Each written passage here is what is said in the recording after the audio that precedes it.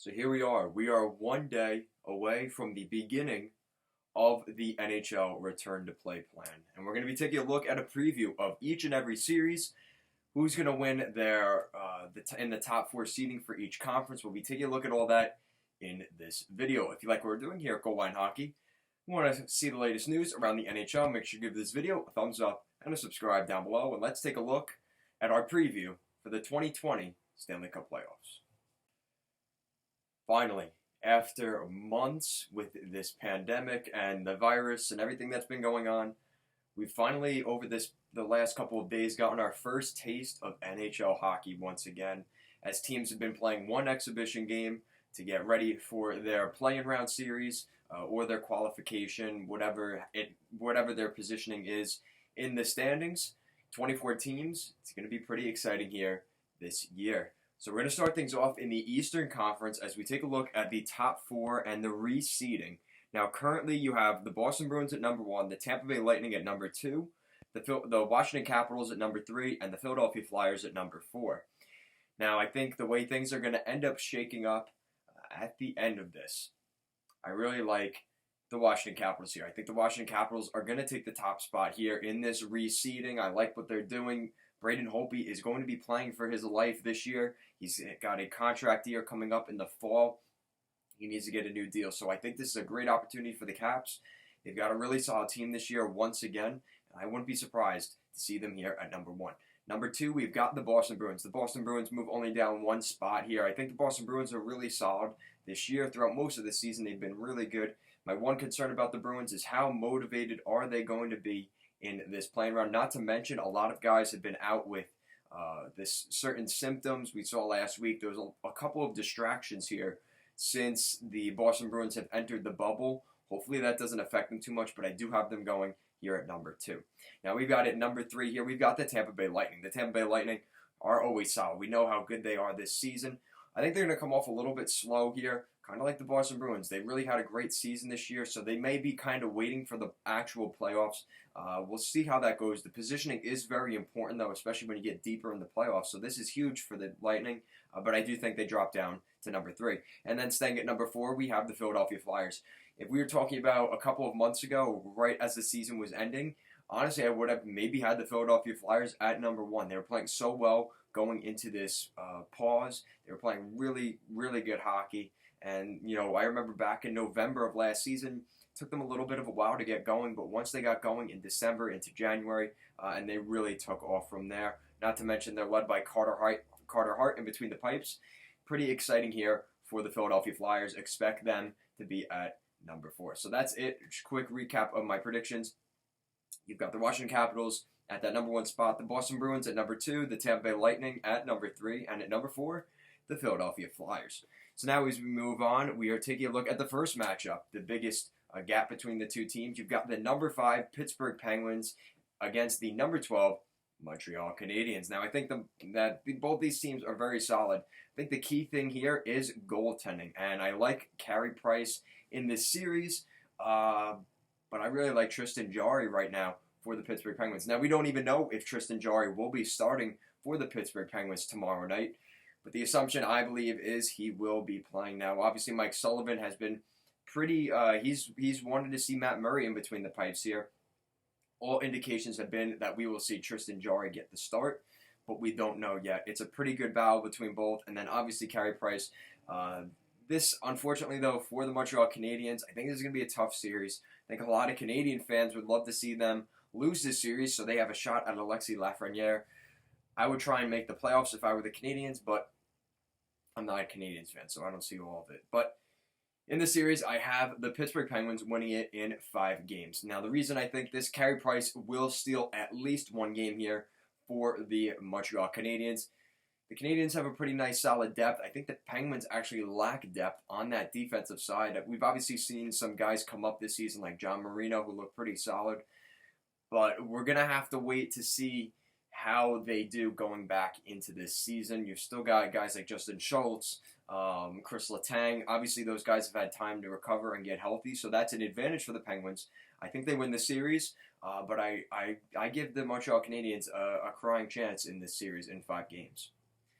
All right, so now we move on to the number 6 Carolina Hurricanes and the number 11 New York Rangers. And this was a pretty solid series. Obviously, it was all the stuff with the or the Hurricanes making a proposal to the NHL that they should only beat the Rangers in 2 games instead of 3, and the Rangers should beat them in 3. Doesn't really make sense, but anyway, I have the Rangers winning this series, and I've talked about this back in my season preview, the playoff preview a couple of weeks ago. I probably made that a little too early, but it was on topic, and there wasn't much else to talk about. So if you want to check those out, make sure to check those out as well. But going in here, I really like the New York Rangers. I mean, the goaltending looks pretty solid. Shesterkin didn't look the best in that game against the New York Islanders the other day. His positioning was a little bit off.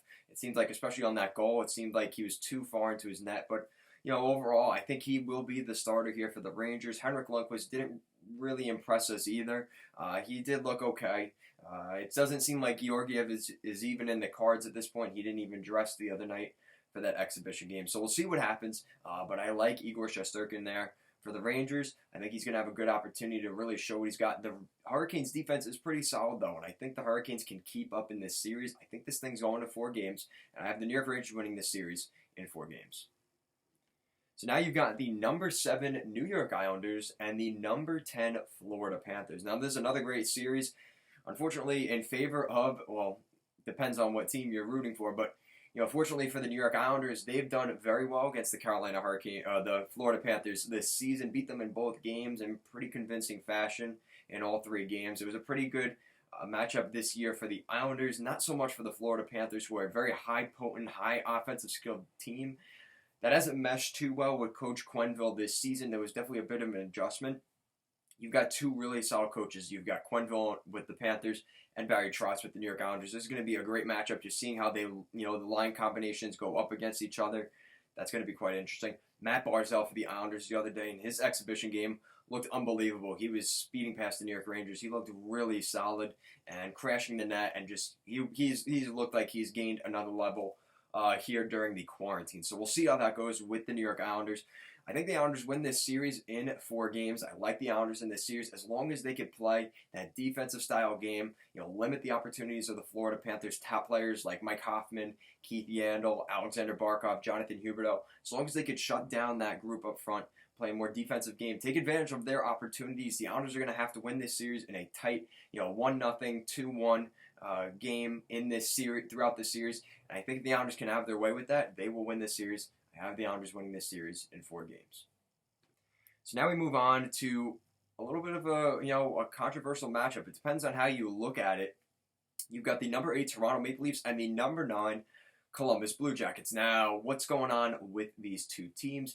You may be saying, well, the obvious. You've got the epitome of 2 different sides. You've got the Toronto Maple Leafs, who are high-potent offensive, high-skill, fast-paced game, while the Columbus Blue Jackets are more defensive-minded, more of a structured game there under John Tortorella, a totally different picture under the Blue Jackets. The Blue Jackets are a more difficult team to play against, and I think in a series, that will be an advantage here for the Blue Jackets, and I think it's easier to get that going early on. I think we're going to see the skilled players have a hard time right off the bat getting into the series, and I think that will be an edge for the Blue Jackets if they're able to capitalize in those first 2 games. This could be a series where the Blue Jackets run away early. I do have the Toronto Maple Leafs winning this series in 5 games, but don't be surprised if the Leafs struggle out of the gate and have to fight their way back into this series. Hopefully they don't get too tired out by the Blue Jackets' hard-nosed play. We'll see how it goes. I have the Toronto Maple Leafs winning this series in 5 games. So now we are taking a look at the Western Conference. So we're taking a look at the top 4 teams. You've got it number 1 currently, the St. Louis Blues, the defending Stanley Cup champs, the Colorado Avalanche, the Vegas Golden Knights, and the Dallas Stars. Now, if we do the reseeding here, I'm going to go with the Vegas Golden Knights at number 1. I like what the Golden Knights have looked like going into the break. Hopefully they're able to keep that going. You've got 2 good goaltenders in Marc-Andre Fleury and Robin Lehner. We're going to see Fleury more than likely start. We know what he can do in the playoffs. He is a beast. I think that'll be an advantage there for the Golden Knights. Once again, it comes to motivation. Do they have the motivation? I think that's going to be interesting. At number 2, we've got the Dallas Stars. Maybe surprised. Wow, you've got the Dallas Stars moving up to number 2. Yeah, I think so. I really like what the Dallas Stars have. They've got a couple of distractions now. Tyler Seguin was considered unfit to play. Hopefully that's not a big deal. But those things start to become distractions in your lineup and maybe messes up the chemistry a little bit. But I don't think that's going to bother the Dallas Stars here. I think they still end up at number 2. Ben Bishop, another goaltender. We've seen how good he can be in the playoffs. He's nice and healthy. Expect a good run here from Bishop and the Dallas Stars. Now at number 3, we've got the Colorado Avalanche. And I like the Avalanche. They added a lot of nice pieces last year in the draft, in free agency. They've got a pretty solid group there in Colorado. Joe Sakic's done a very nice job. The key for them is, though, goaltending. Is Philip Grubauer going to be able to hold up? And I think, out of the goaltenders on this list, I have him going at number 3 behind guys like Fleury, guys like Ben Bishop. He's still good. I think he's a solid goaltender. We've heard the rumors how the Avalanche are going to be looking at another goaltending option this offseason. It's going to be interesting here for Grubauer. He really has something to prove here in these playoffs. And then at number 4, you may be saying, why haven't you talked about St. Louis yet? They're the number 1 team. Yeah, exactly. That's why I have them here at number 4. They just came off winning the Stanley Cup last season. They're number 1 in the West this year.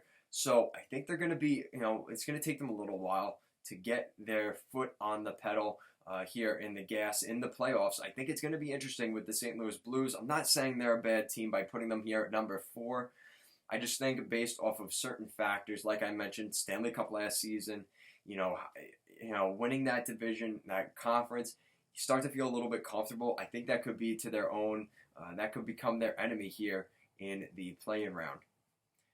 So just a quick recap. At number 1, in the reseeding, I have the Vegas Golden Knights. At number 2, we've got the Dallas Stars. At number 3, the Colorado Avalanche. And at 4, we've got the St. Louis Blues. So now as we move on, we're going to take a look at the first matchup here in the Western Conference. A pretty exciting matchup, to say the least. I'm very excited for this one. You've got the number 5 Edmonton Oilers and the number 12 Chicago Blackhawks. Both teams look really solid this year.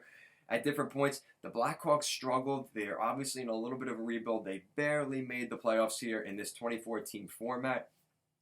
But you've got really good star power in this series. You've got Connor McDavid, Leon Draisaitl for the Edmonton Oilers, Patrick Kane, Jonathan Toews for the Chicago Blackhawks. This is going to be a great series. It's going to be a great back-and-forth series. It comes down to which superstars are going to be able to get it done in the playoffs. I think this is a great series. You've got the Oilers, who look really good. My one concern, though, for the Chicago Blackhawks is goaltending. Is Corey Crawford. He had certain issues off the ice here during the pandemic. He might have caught a little sickness. So we'll see how that affects him here in the play-ins. And I think that's the big factor here. And not that the Oilers' goaltending is all that great, but I feel like Corey Crawford has lost a step. And if he proves me wrong, I will be happily disappointed. But we'll see how that goes. I think the Oilers pull away with this one in 4 games. I like the Oilers in this series. Their lack of depth is frustrating, and I think that could be a problem for them. But if they're able to limit the offensive potential from the Chicago Blackhawks, I think they should be able to win this series. It's a big opportunity here for the Oilers to get back to the playoffs. That's been a huge issue for the Oilers. Can they get in the playoffs? And this is pretty huge for the Edmonton Oilers. So I have the Oilers in 4 games. So now we move on in the, the Central Division versus Pacific Division matchup. You've got the number 6 Nashville Predators and the number 11 Arizona Coyotes. Both teams look pretty solid at certain points this season. I think the Nashville Predators slipped up a little bit after the Winter Classic. They fired their head coach, Peter Laviolette. The Arizona Coyotes seemed like they were turning a corner as the season started to progress, but they really didn't get anything going to the extent that they were probably hoping to. And they added Taylor Hall. They hope that would make a difference.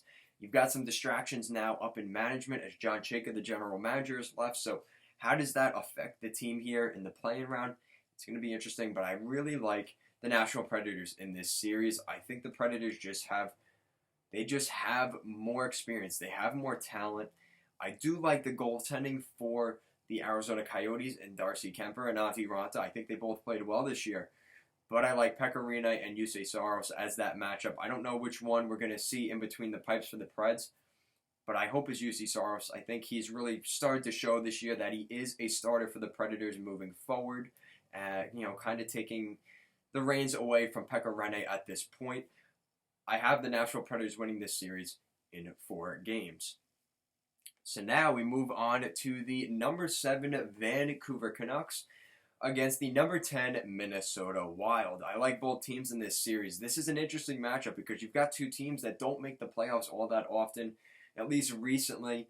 You do have the Minnesota Wild who make the playoffs here and there, but they always get bounced in the first round or never really go on a real run. I think this is huge for the Minnesota Wild. It really is a test for where they are at this point in the Bill Guerin era of the rebuild. I mean, they just started a rebuild this season. Bill Guerin came into the offices last year. So it's interesting. This is a good test to see where the Wild really are. Same thing for the Vancouver Canucks. Are the Canucks a legit team? Are they able to make the playoffs? This is going to be an interesting matchup. And I think the key thing here is for the Vancouver Canucks, I really like Jacob Markstrom. Now, as long as he's healthy and ready to go, I think the Vancouver Canucks have the edge in this series. Devin Dubnyk really struggled this season for the Minnesota Wild. It seemed like they were going to Alex Stalock for a lot of times throughout the season as kind of that recovery because of the lack of performance from Dubnyk at certain points this season, lack of inconsistency. So I have the Vancouver Canucks in this series. I have them winning this series in 4 games. All right, so now we head to the Canadian matchup, all-Canadian matchup here. At number 8, you've got the Calgary Flames and the number 9 Winnipeg Jets. 2 very solid teams this year. The Calgary Flames definitely slipped up from last season. They were first in the Pacific Division. They won that division. They got bounced in the first round, which was very disappointing to the Colorado Avalanche. And, they really couldn't get back to that pace that they were hoping to this season. I think that hurt them a little bit this year. You've got the Winnipeg Jets, who, despite all the players they lost last year on their defensive corps, they are still able to put together a pretty solid run. Paul Maurice did a very good job this year. And not to mention, in between the pipes, you've got Connor Hellebuyck, who looks really solid for the Winnipeg Jets. And that's my determining factor here in this series. I have the Winnipeg Jets winning this series. Yikes. In 3 games. I think the Winnipeg Jets run away with this one. I like the Calgary Flames. I think they're making the right moves here and there. But they're reminding me of the Minnesota Wild, where they're good enough to get into the playoffs. But once they get there, they just really don't seem to have that light under them. I think we're going to see that here with the Calgary Flames. Like I said, the Winnipeg Jets have some experience. Paul Maurice has shown he is a very good coach. And the Vezina caliber season from Connor Hellebuyck, I think, will just be too much for the Calgary Flames to handle. So, like I said, Winnipeg Jets in 3 games. We got a clean sweep. So then we're going to go with our way too early Stanley Cup final predictions. And we've got the Stanley Cup final, I believe, we are going to see in the Eastern Conference, we are going to see the Pittsburgh Penguins. Now, you may be saying, what are you talking about? Well, let's talk about it. So you've got the Pittsburgh Penguins, who last season got bounced by the New York Islanders in a clean sweep. They've had a little bit more time to rest. I think that's an advantage here for the Pittsburgh Penguins. As long as Tristan Jarry or Matt Murray can, really run and gun here in the playoffs and really, show that consistent goaltending that they've been looking for, I don't see why we can't see the Pittsburgh Penguins go back to the Stanley Cup final. Like I said, they've been rested a little bit more than they've been in the past. I think we saw that last year's playoffs against the Islanders, who were just way too difficult to play against. It depends on the matchup. If they have to go up against a hard-nosed team like the Blue Jackets or the Boston Bruins, it may be a difficult series here for the Pittsburgh Penguins, but I like their odds. I think they go out as the top team in the Eastern Conference. Now we head to the Western Conference. And this is another interesting one because you've got the Vegas Golden Knights, who looked pretty solid this year. I have them taking that top seed in the reseed in the Western Conference. You've got the Avalanche, who look very solid this year as well. Goaltending is a little bit of an issue. You've got the St. Louis Blues, who just won the Stanley Cup last season.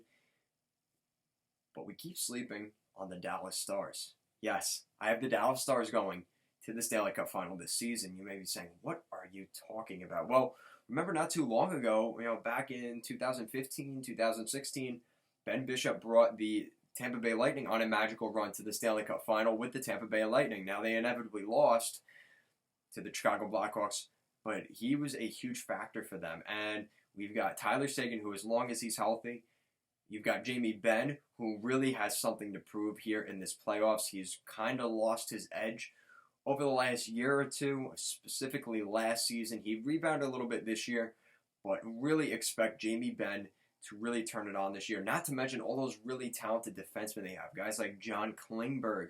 You've got Jamie Alexiak back there. You've got the 3rd or 4th overall pick 2 or 3 seasons ago. You've got Esa Lindell. How am I forgetting his name? I'm terrible. I'm so sorry, Dallas Stars fans. But the Dallas Stars, I really like what they look like in this series or this playoffs. I think this is a great opportunity for them to really, take their opportunities. And it reminds me of the Pittsburgh Penguins. If they have to run through a team that's tough to play against, that could be a problem because you have a couple of big guys. But I think in a playoffs, this year, I like the Dallas Stars. I have the Dallas Stars and the Pittsburgh Penguins in the Stanley Cup final. I'm going to wait to decide who I pick in my predictions for who wins the Stanley Cup. It's too far away. There's way too many teams.